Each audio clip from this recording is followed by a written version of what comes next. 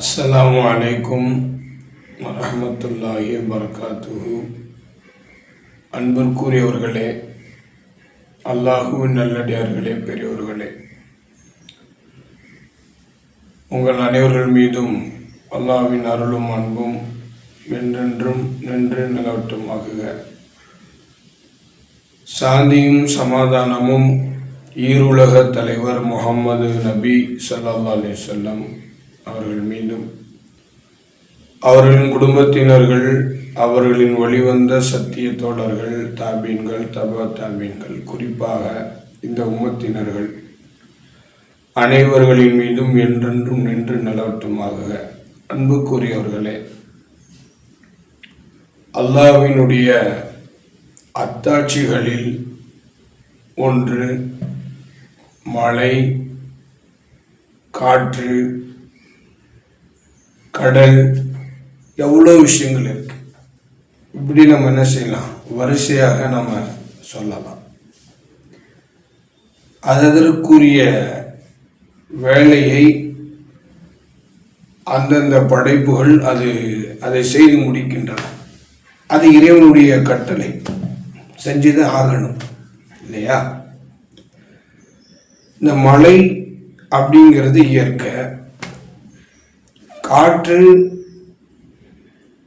காற்று வீசுகிறது என்று சொல்கிறோம் இல்லையா, அதுவும் இயற்கை தான். பெருமானார் ஸல்லல்லாஹு அலைஹி வஸல்லம் அவர்கள் மழைக்காக வேண்டி அல்லாஹ்விடத்தில் துஆ கேட்டிருக்கிறார்கள். மழைக்காக வேண்டி தொழுகையும் நடத்தியிருக்கிறார்கள். கவனிக்க வேண்டும்.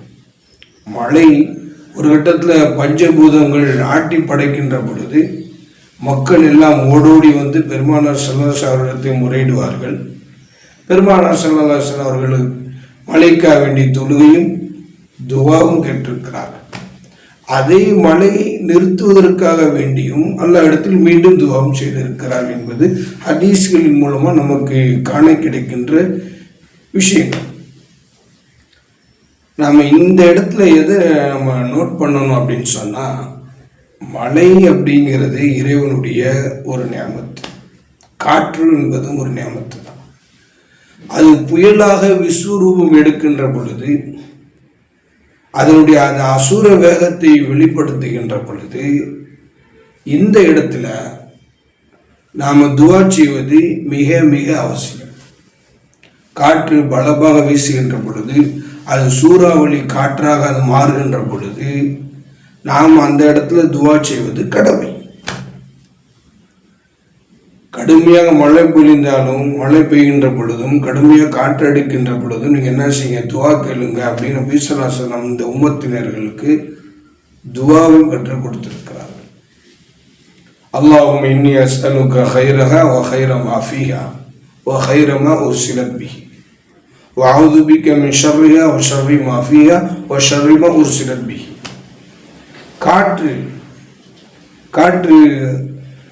காற்று அனுப்புகிறது, அது இறைவனுடைய ஒரு ஏற்பாடு. அதில் நன்மை என்னவோ அதை நம்ம கேட்கணும். காற்றின் மூலமாக எங்களுக்கு என்ன பிரயோஜனம் இருக்குது, நன்மை இருக்கோ அதை எங்களுக்கு கொடு. அதில் என்ன ஷர்ரு இருக்குமோ அதை விட்டு எங்களை பாதுகாத்துரு. நன்மையான விஷயத்தை கேட்பதும், காற்று இப்போ சாதாரணமாக வீசினா அது நமக்கு பிரயோஜனமானதான்.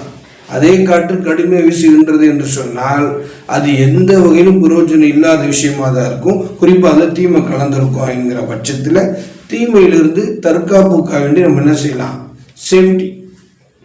சேஃப்டிக்காக வேண்டி நம்ம அல்லாட்ட துவா கேட்டு அந்த தீமையிலேருந்து யாரெல்லாம் எங்களை பாதுகாத்துரு அப்படின்னு துவா கேட்கறது தவறில்லை. ஏன்னா இன்னைக்கு பாருங்கள், அந்த டிட்வா புயலுடைய தாண்டவம் நம்முடைய அண்டை நாடான இலங்கையை மிகப்பெரிய அளவில் புரட்டி போட்டிருக்கு. வரலாறு காணாத வெள்ளப்பெருக்கு எடுத்து அங்கே ஓடுகிறது. எல்லா மக்களும் என்ன செய்கிறாங்க, மிகப்பெரிய அளவில் பாதிக்கப்பட்டிருக்கிறாங்க. இன்னைக்கு தமிழகத்தில் கூட பாருங்கள், ஒரு சில ராமநாதபுரம், அப்புறம் ராமேஸ்வரம்,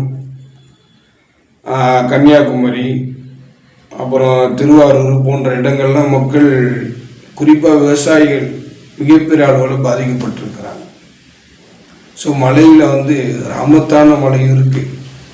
அதே நேரத்தில் அது லிமிட்டடாக இருந்தால் நல்லது. அது அன்லிமிட்டடை தாண்டி போச்சு அப்படின்னா அது ஆபத்து தான். ஸோ அந்த ஆபத்து எது எதெல்லாம் நமக்கு தீமை விளைவிக்கக்கூடியதாக இருக்குமோ அந்த தீமையிலிருந்து தற்காப்புக்க வேண்டிய அல்லாஹ்விடம் நம்ம துவா செய்து அதிலிருந்து யாரெல்லாம் எங்களை பாதுகாத்துடு அப்படின்னு துவா கேட்பதும் காலத்தினுடைய கட்டாயம் தான். ஆக எல்லாம் நல்லா இறைவன் கொடுத்த நியமத்துக்கு நன்றி செலுத்தக்கூடியவர்களாகவும் எது எதெல்லாம் இறைவனுடைய படைப்பிலிருந்து நமக்கு அச்சுறுத்தலையும் பயத்தையும் ஏற்படுத்துகிறதோ அதிலிருந்து பாதுகாப்பு தேடக்கூடியவர்களாகவும் எல்லாம் நல்லா நம் எல்லோரையும் ஆக்கி அருள்வானாக. வாஹிரு தஅவானா அனில் ஹம்துலில்லாஹி ரப்பில் ஆலமீன். அஸ்ஸலாமு அலைக்கும்.